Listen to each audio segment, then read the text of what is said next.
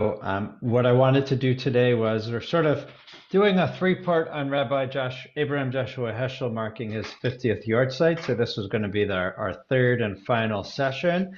And I wanted to do a close read of a couple sections from his probably most classic text called The Sabbath, and zoom in on that. Of course, for us, Shabbat is a cornerstone of who we are, what we are, one of our most important things, and wanted to just open with a couple of biblical texts to set us off about as we then delve into Rabbi Abraham Joshua Heschel's book, The Sabbath. Who has read The Sabbath before?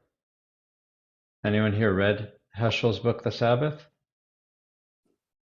Okay, well, now hopefully I will inspire you to read it. Like the book we read last week together, it's a fairly short read. It's written very poetically. It's written in his sort of poetic prose, and it's very approachable, although high level in the same way. And what we're going to actually take a quick look, or I'll sort of guide you through the intro is he wrote it in 1951 originally. If you remember his story, he only came to America in 1940 and didn't know English. So in 11 years of coming to America, he was so intelligent and so linguistic that he was able to write these beautiful poetic works in English not soon later. And he was responding to Jewish life post Holocaust in America, and the idea of Shabbat being the central piece of how Jews connect not only to the synagogue, connect to Judaism, but to connect the world and sort of how to live. We're really not going to read the intro, but there's a beautiful introduction, at least in the version we're going to read from, which you can download from Kindle, like I did. Dr. Susanna Heschel, his daughter, wrote a beautiful introduction in which she talks about their family life, what Shabbat meant to their family, how they practiced Shabbat, what her father did and didn't do. As you know, he was a civil rights activist and a high thinker, and there were certain subjects he would not discuss on Shabbat because he felt Shabbat really was about rest and like being in a different space, in a different world. And as we're going to read, that sort of your time sort of stands still. In my words, it would be like Shabbat is a different dimension. You're literally like in a different world on Shabbat. So for Heschel, he lived it. He literally, the home was like a different world than the rest of the week on Shabbat. And Dr. Susanna Heschel writes about that. So just a couple of openings to start us off from the Torah. When is the first time we learn about Shabbat? In the Bible, in the Torah. In Bereshit. In Bereshit, thank you. Is that Jackie? Who's that? Yes, Jackie. Hi, Jackie. Yes, in Bereshit. Where in Bereshit? Is it before the Ten Commandments? Way before the Ten Commandments. Definitely it's in the Ten Commandments. It's commandment number 4. But yeah, before the Ten Commandments, Genesis chapter 2. The 7th day of creation. Right? So I could show it to you if you want, or I could read it to you. I got it right in front of me. Well, I have too many papers in front of me at the moment. Here we go. Vayechulu hashamayim va'aretz v'chol tzeva'am. It might sound familiar if you go to synagogue. We sing it Friday night, and it's the opening of Kiddush, right? And the heaven, the earth were finished, and all the hosts. And on the 7th day, God finished God's work, which God made, and God, vayishbot bayom hashvi'i, God rested on the 7th day, mikol malachto, from all God's work, asher asa, that God made. Vayevarech Elohim, and God blessed at Yom HaShvi'i, the 7th day, v'kadesh oto, and made it holy. That's it, right? Pretty clear. we see Shabbat on the seventh day that the world existed. God worked for 6 days and God rested on the seventh day. Right? That's our introduction to Shabbat, really is our introduction to the week itself. And we are supposed to pattern ourselves after God. As Bob said, then really the next main place we see Shabbat, we actually see it in the Parshiot during the Exodus, but where we are at the moment. But the next major place is actually last week's Parsha, this week's Parsha, and then Yitro in 2 weeks with the Ten Commandments, right? There in the Ten Commandments, we get, let me find it. I got it in front of me somewhere here. Shamor v'sachor. No, that's, so I got a lot of stuff open here. Zachor et yom hashabat lekadsho. Remember the Sabbath day and keep it holy. Sheshet yamim ta'avod va'asita kol mlachtacha. 6 days you shall work. V'yom hashvi Shabbat l'Adonai Elohecha. But the seventh day is a Sabbath of the Lord. Lo ta'aseh melacha. You shall not do any work. For in 6 days the Lord made heaven and earth, and God rested on the seventh day. Therefore, the Lord God blessed the Sabbath day and kept it holy. Right? So the commandment is referring back to that first source that we had, Genesis chapter 2, where God worked 6 days, and rested on the seventh day. That's sort of our basis for it. Oh, the cat really likes to study today. Like, really looking in on this. Okay, good. So I want to jump to Abraham Joshua Heschel's Shabbat now, the Sabbath, and I'm going to need a couple of readers. Anyone want to be a reader today?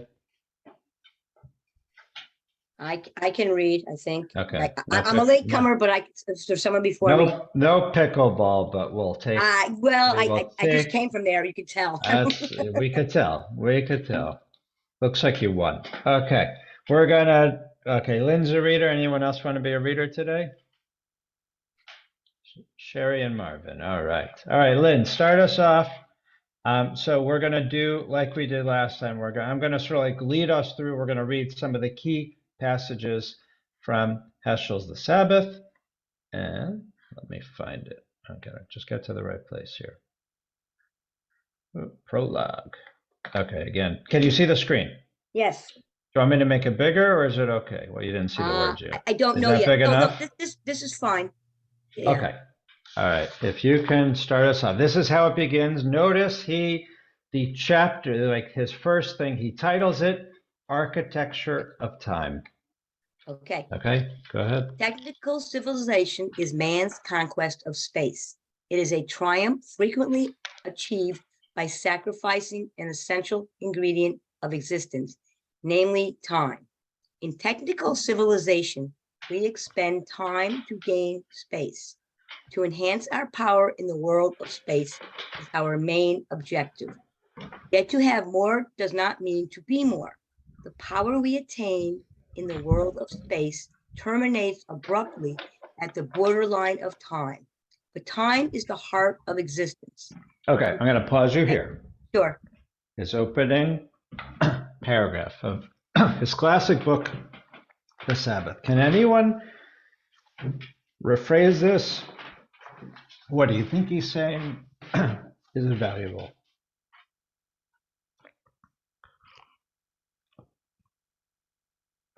Do you agree? Do you know anyone who has shown power, wielded power by taking over space? Taking over space, mean like such as the Vladimir war. Putin? Yeah, I was good. Wait, we got two people saying it. I didn't hear what you, Bob first and then Lynn. I didn't hear what you said, Bob. Oh, you got to unmute though. Vladimir Putin in Yeah. Ukraine was taking over right. space. That's one, right. That's one example. Yeah. Okay. Yeah. How about people that just keep building things?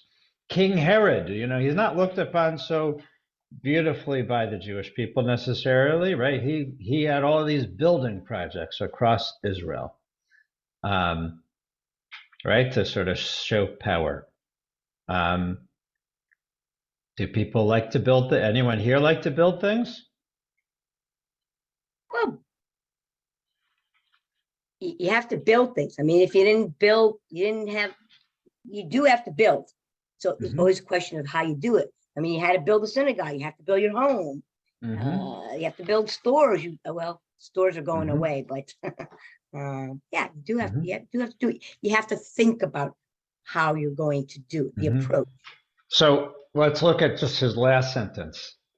Time is the heart of existence. We expend time to gain space, but time is the heart of existence. Well, you know what? Let's read one more paragraph and see what he says. Keep going, Len. Where was it? But time is the heart of it. To gain control of the world of space is certainly one of our tasks. Right. I'm going to pause you for. He's not saying we shouldn't gain space, but he's asking what's the most important thing. Okay, go ahead. The danger begins when, in gaining power in the realm of space, we forfeit all aspirations in the realm of time. There is a realm of time where the goal is not to have, but to be, not to own, but to give, not to control, but to share, not to subdue, but to be in accord. Life goes wrong when the control of space, the acquisition of things of space becomes our sole concern. I think it's that line. Yeah, go ahead. Nothing is more useful than power, nothing more frightful. We have often suffered from degradation by poverty. Now we are threatened with degradation through power. There is happiness in the love of labor. There is misery in the love of gain. Many hearts and pitchers are broken at the fountain of profit. Selling himself into slavery to things, man becomes a utensil that is broken at the fountain. Technical civilization stems primarily from the desire of man to subdue and manage the forces of nature. The manufacture of tools, the art of spinning and farming, the building of houses, the craft of sailing, all this goes on in man's spatial surroundings. The mind's preoccupation with things of space affects, to this day, all activities of man. Even religions are. I'm going to pause you here, right? So you can see he's like building an argument, right? We are space folk, not outer space, we're all focused on physical building, projects, construction, controlling property and land, right? He's sort of building, that's sort of our focus and our time and our money. Everything goes to that, right? So he's going to question this. And I'm going to car you back here. We are all infatuated. We are all infatuated with the splendor of space, with the grandeur of things of space. Thing is a category that lies heavy on our minds, tyrannizing all our thoughts. Our imagination tends to mold all concepts in its image. In our daily lives, we attend primarily to that which the senses are spelling out for us, to what the eyes perceive, to what the fingers touch. Reality to us is thinghood, consisting of substances that occupy space. Even God is conceived by most of us as a thing. Okay, I'm going to jump one more paragraph. Start. Indeed. Indeed, we know what to do with space, but do not know what to do about time, except to make it subservient to space. Most of us seem to labor for the sake of things of space. As a result, we suffer from a deeply rooted dread of time and stand aghast when compelled to look into its face. I'm going to pause us for a second. Has anyone ever felt that way? Has anyone felt dread of time? At times, you think you're running out of time to do certain things. Yeah. Okay, go ahead. Time to us. Time to us is sarcasm, a slick, treacherous monster with a jaw, like a furnace incinerating every moment of our lives, shrinking, therefore, from facing time. We escape for shelter to things of space. The intentions we are unable to carry out, we deposit in space. Possessions become the symbols of our repressions, jubilees of frustrations. But things of space are not fireproof. They only add fuel to the flames.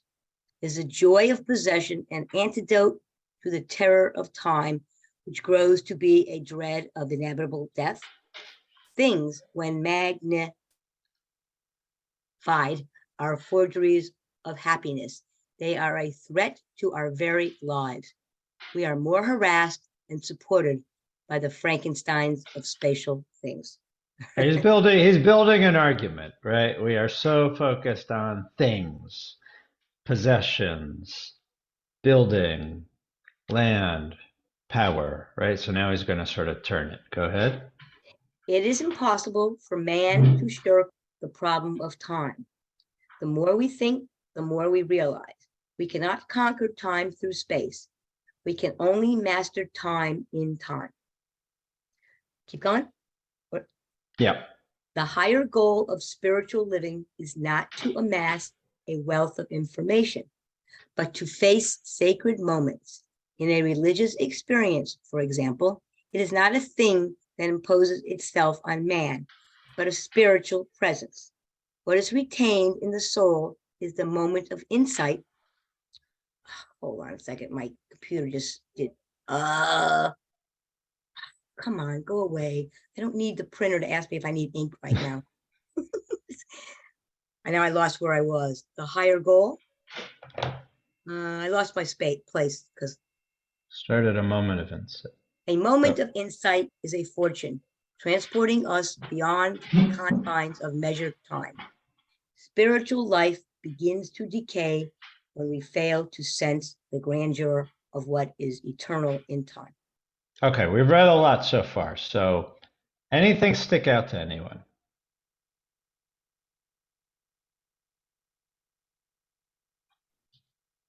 It's just interesting. This was written in what? How long ago? 1951. Oh, 51. So he was like, he was almost seeing the future, talking about things we do and things we need. And now we have things that are time savers, yet oftentimes it's time wasters. Yes, 100%. Yeah. Right, and right. The highest goal of spiritual living is facing sacred moments. Right. I'd say facing. I would probably use a different word. Right. It's living in the moment. Is he Right. saying slow down and smell the roses? Yeah, he's saying being present. Yeah. Yeah. Taking a moment for what it is. Taking a And he's moment for also what it saying is. that we delude ourselves by surrounding ourselves with all these material things because they help mask the voids that are really truly present in life. Yes, I don't think he's like all, against having things. He actually says this. That's going to be the next line. He says, like, I'll show it to you. Our intention here is not to deprecate the world of space, to disparage space and the blessings of things of space. It's to disparage creation itself, right? So he's not saying like don't do it, but it's not. He's saying it's not the only thing. Right? When we fail, and remember, if you remember from the first class we did, he is very much about living with wonder. Radical amazement is the phrase that he writes about often and often, right? To be able to have appreciation for the world, right? And so I think what he's saying is, right, if we are focused just on acquiring and building and, power, then you lose any sense of wonder and amazement in the world. And then in order to be present, we need to be able to step back and to take time and to actually look at something and appreciate something. And he's going to say even this line, right? The Bible is more concerned with time than with space. It sees the world in the dimension of time. He's going to talk about where time fits in there. And then he's going to say, when you want to pick up, Judaism is a religion of time. Me or somebody else? A new reader? Well, keep you in and then we'll switch off. Oh, okay. Judaism is a religion of time, aiming at the sanctification of time. unlike the space-minded man to whom time is unvaried, iterative, Homogeneous. homogeneous, to whom all hours are alike, qualityless, empty shells. The Bible senses the diversified character of time. There are no 2 hours alike. Every hour is unique, and the only one given at the moment, exclusive and endlessly precious. So I think this is a really important line for him, right? Again, we're not yet getting to Shabbat, right? Obviously, the whole book's about Shabbat, but he's building his case for why time is so important, right? There are no 2 hours alike. Every hour is unique, and the only one given at that moment, exclusive and endlessly precious. Beautiful, right? Halavai, that we should appreciate that, right? Right? Do you know for some people that all hours seem alike, qualityless, empty shells? Are Well, there moments like that in your life? Well, it's like people have 2 concepts of looking at life. Is it half full or half empty? Type of that thing. Yeah. Or there's nothing new. Everything is the Right. same, right? Groundhog Day, the movie. Right? There's nothing new. There's nothing that really excites you, right? And right, Judaism teaches us to be attached to holiness in time, to consecrate sanctuaries that emerge from the stream of the earth. Right? So what he's going to use this phrase throughout the book is that our goal as Jews is not to always build buildings. It's not to always conquer lands, but it's to build palaces in time and sanctuaries in time. And that's the metaphor he uses. Like, what does it mean to have a palace in time or a sanctuary in time? Like, what does that mean to you, that phrase? Is space the physical and time the spiritual? It could be. It could very well be. Although, like, we do have spiritual spaces, correct?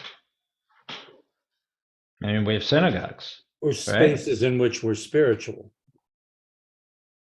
I know in my own life there are times when the pressures of life and the usual kinds of things are just so oppressive. I've just sat there and said, I need Shabbos. Yeah, that's I think what he's saying. Yeah. And he actually says, yes, God does create a holy spaces, a holy mountain, Mount Sinai, right? There's the sanctuary, the temple, yet it seems as if the Bible is focused first on a holiness in time, Shabbat, which comes first. That is the first thing. We didn't read it closely, and I see you, Bob. I'll call you in a second, right? The first thing that's called holy in the entire Torah is Shabbat. We read it. That was Genesis chapter 2. That was the first text that I read aloud, right? So Heschel is going to play off this idea that the first thing considered holy is time, not a place, not a land, not Israel, not Jerusalem, not the temple, not the tabernacle. The first thing called holy in the Torah is a day, Shabbat, time. Yeah, Bob? Bob, did you want to say something? Yes. I come at it from a different place, and to me, time is a tool. It's something that you use or not. It's I don't see their time has any qualities on its own. It's what you do within it. So if you do nothing, then you've not used the tool to its fullest advantage. I don't see that time has a character of its own.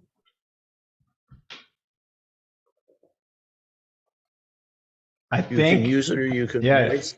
yeah. So I think Heschel is saying that we are I don't want to, I don't want to speak for Heschel, that we as Jews or as human beings, that we almost have a command. There's an imperative to make use of time, right? To honor time, to make time holy, more than building, acquiring. That it's not that it's a tool for Heschel. It's actually that the other things are tools, and that time is the most precious thing. There's a. I see it as Yeah. making the time valuable is where its value is. But on its own, freestanding, time doesn't. It exists. Mm-hmm. Maybe this, and this is sort of a different. I'm going to go to the next chapter. If you can see, one who wants to enter the holiness of the day must first lay down the profanity of clattering commerce, of being yoked to toil. One must go away from the screech of dissonant days, from the nervousness and fury of acquisitiveness, and the betrayal and embezzling one's own life.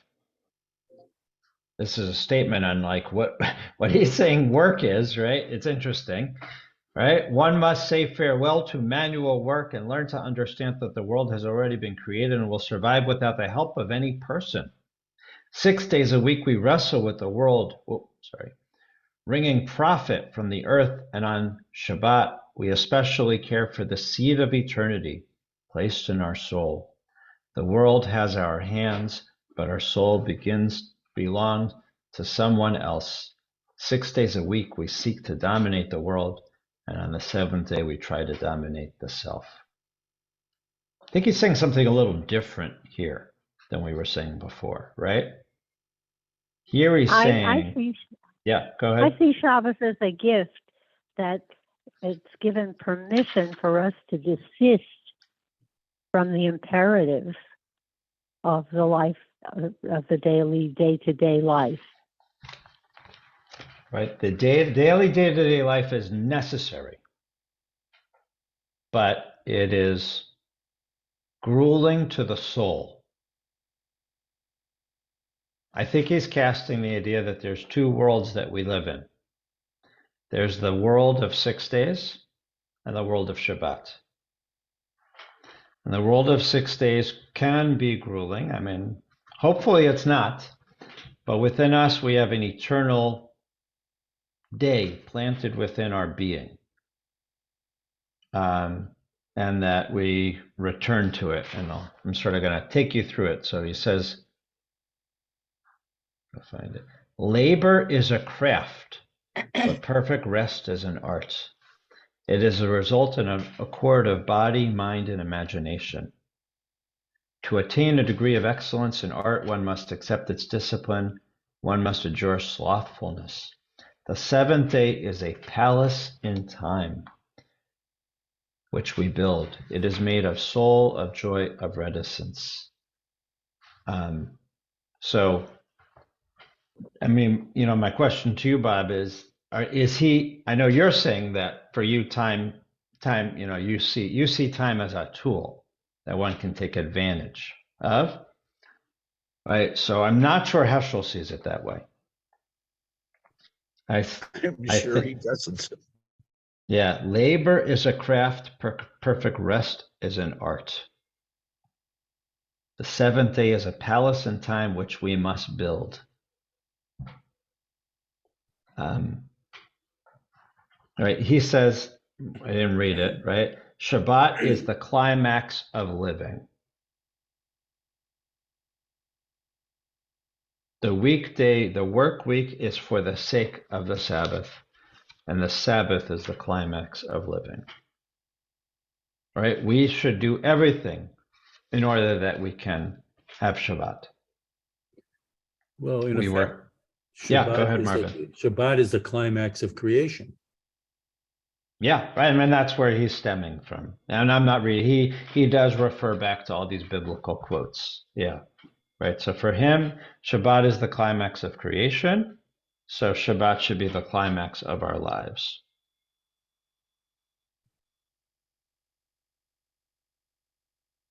The reward for hard work. And the reward for hard work. Remember, he is living post World War. He's writing this post World War II. Think about what's happening in America in the early 50s, right? What's happening in America? Building. Build it, right? Isn't this like the whole suburban build out? Levittown. Yep. Right, Levittown, right? Right, this is GI Highways. Bill. Yeah, this is all like America is transforming itself, really focused on space, right? In 7 days of work. Yeah, so right, this is, and so we have to understand the context of where he's writing from and where he's coming from and what he sees, right? And remember, he's leaving Europe, which was supposed to be the highest of society, right? And the great society that built, beautiful buildings, right? And there was horrific evil that came from those buildings, which destroyed the buildings, right? Yep. So there is like this backdrop in which he approaches it.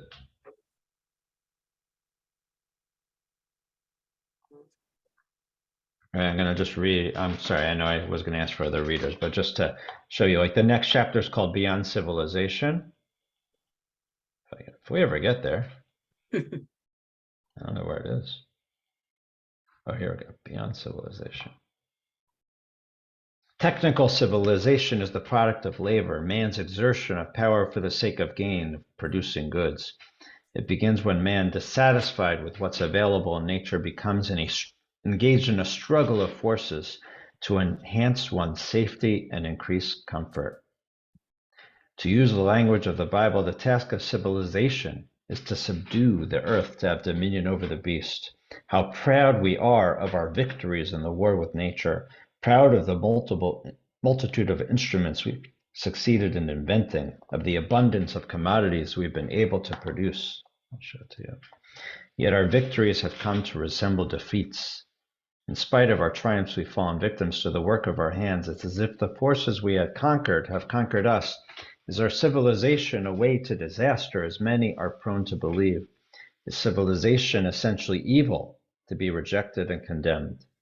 The faith of the Jew is not a way out of this world, but a way of being within and above this world, not to reject, but to surpass civilization.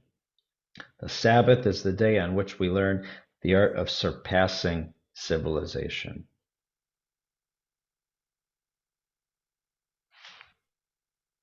What do you think?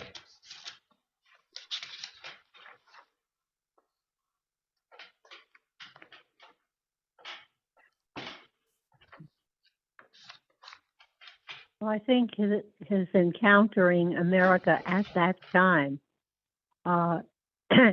it's all the more difficult to attain Shabbat because we are in a society where our Shabbat is not the Shabbat of the people around us.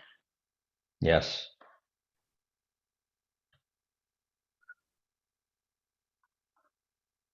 So the world keeps going, but we are not in step with that. Yeah. If we observe Shabbat. Listen to this. To set apart one day a week for freedom. It's an interesting word, right? To set apart one day a week for freedom. A day on which we would not use the instruments which we have so easily turned into weapons of destruction. A day for being with ourselves. A day of detachment from the vulgar, of independence of external obligations. A day on which we stop worshiping the idols of technical civilization. We use no money. A day of armistice. Like really powerful words he's using here, right? In the economic struggle with our fellow men and the forces of nature, is there any institution that holds out a greater hope for man's progress than Shabbat? I mean, he's getting really impassioned about this, right? Like the only way to solve the world's crises, war, right? Go down the list of all the crises we have is Shabbat.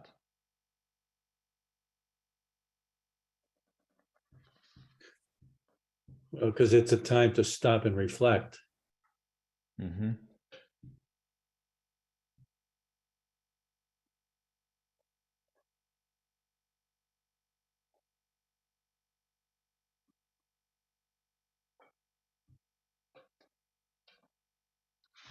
Right. Is he making a compelling case?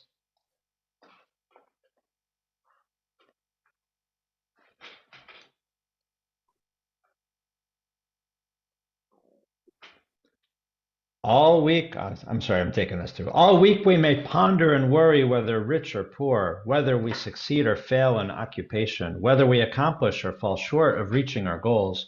But who could feel distressed when gazing at spectral glimpses of eternity, except to feel startled at the vanity of being so distressed? The Sabbath is no time for personal anxiety or care for any activity that might dampen one's spirit or joy. The Sabbath is no time to remember sins, to confess or repent, or even pray for relief from anything we need. It is a day for praise.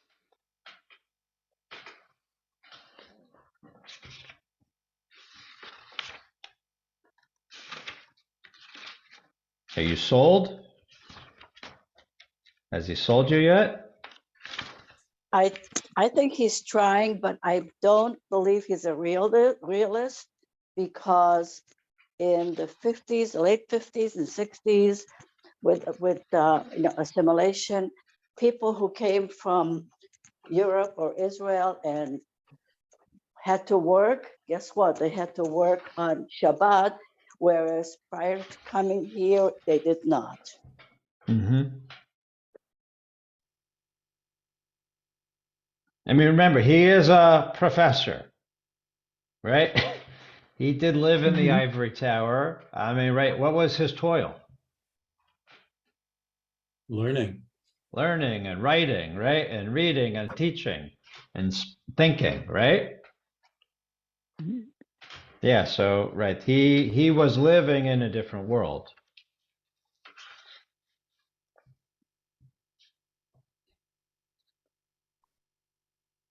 People who had jobs in factories and in offices, it was difficult for them to take time off for Shabbat. They had to get special dispensation, to take a half a day off on a Friday. 100%. But I think he's building that paragraph on what we have during the prayers. That you Yes. say you don't mourn on Shabbat, you don't fast on Shabbat unless it's Yom Kippur, or other sorrow things that you don't do on Shabbat. Right.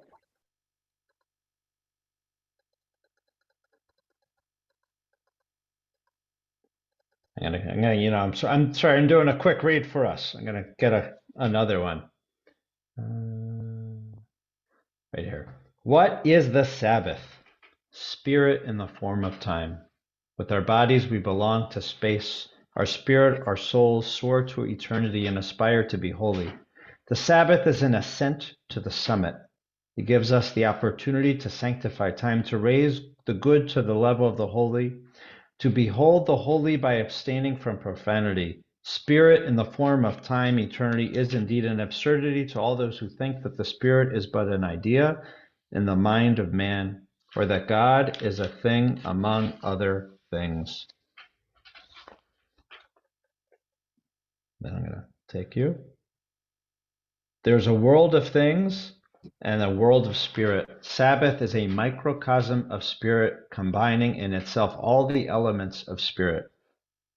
Just as the physical world does not know its existence to the power of man, it is simply there, so does the spirit not owe its existence to the mind of man. The Sabbath is not holy by the grace of man. It is God who has sanctified the Sabbath.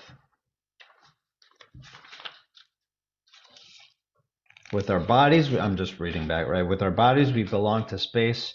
but our spirit soars to eternity. Now he's getting a philosopher here.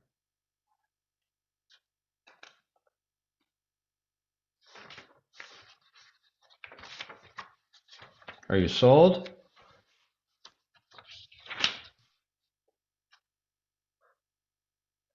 Well, in this world, it's an ideal to wish to attain, but in actual practice, it's very difficult to keep it going.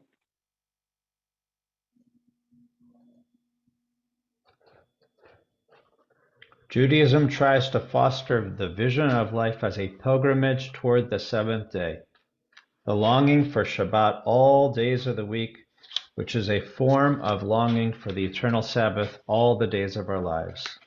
It seeks to displace the coveting of things in space for the coveting of things in time, teaching us to covet the seventh day all days of the week.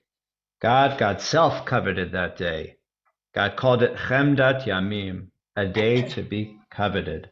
It is as if the command, do not covet things of space, were correlated with the unspoken word, do not covet things of time.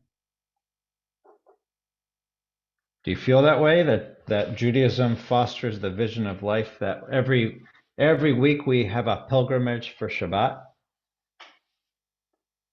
We are journeying the entire week for Shabbat.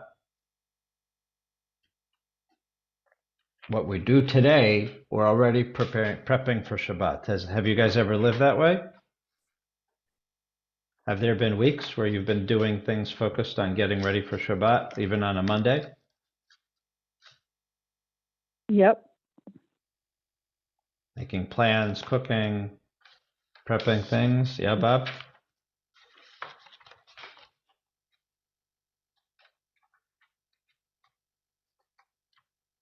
Oh, you're still muted.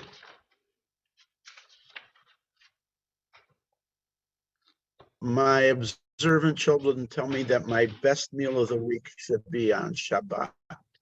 And the kids get special cereals on Shabbat. Yeah. And they dress their finest on Shabbat. Mm-hmm.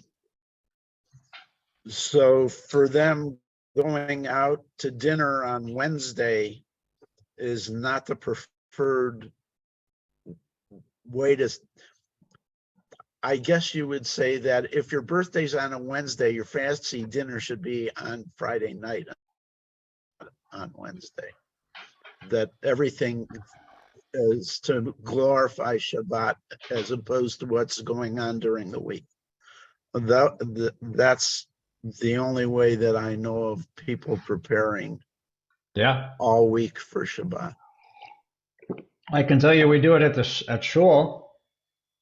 I mean, our focus is always on Shabbat, right? Not just because that's the biggest attendance of the week, right? And the biggest use of our space, but right, it's all about, that's the time to be together in community.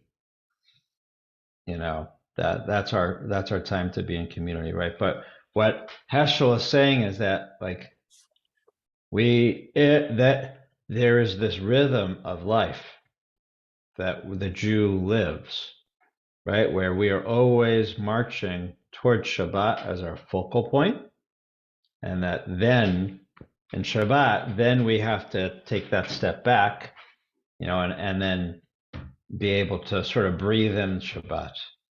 And that sort of time works differently. Have you ever experienced time working differently on Shabbat?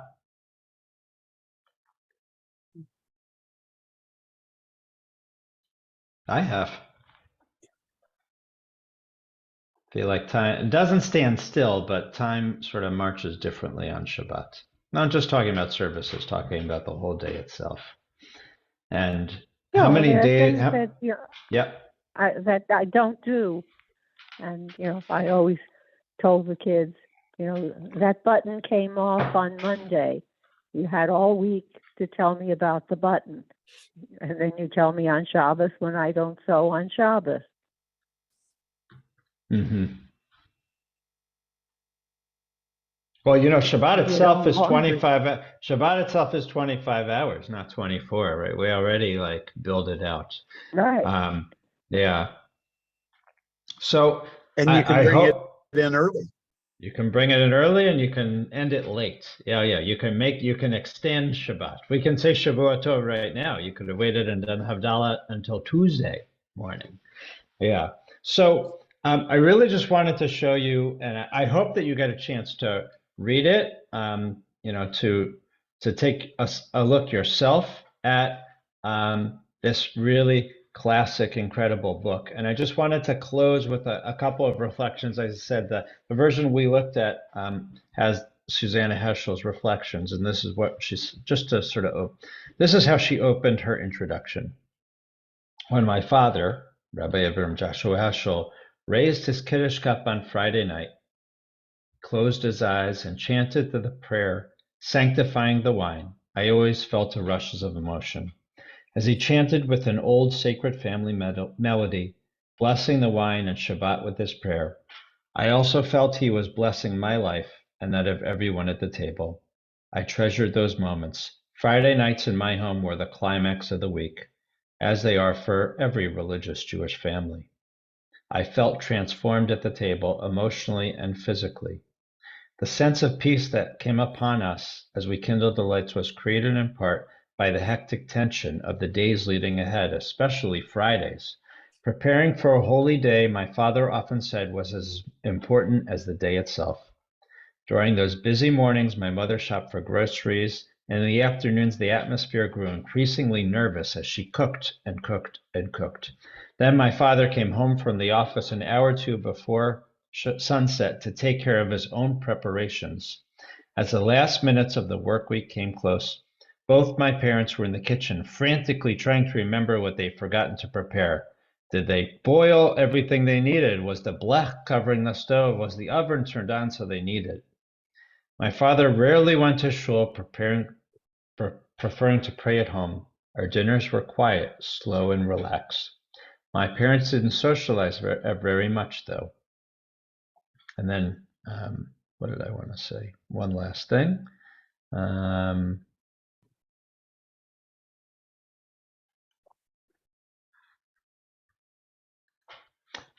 The conversation usually centered on Eastern Europe at the Shabbat table, the Hasidic world my father had come from.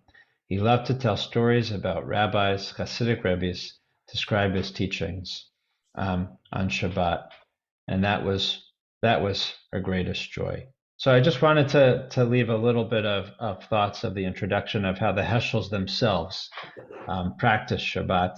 And I hope that this was a little introduction. I hope that you pick up the book. I'm sure we have several copies in our library that Rafi can help you with. It's a classic and an interesting way of looking at the idea of time versus space when we are so spatially focused.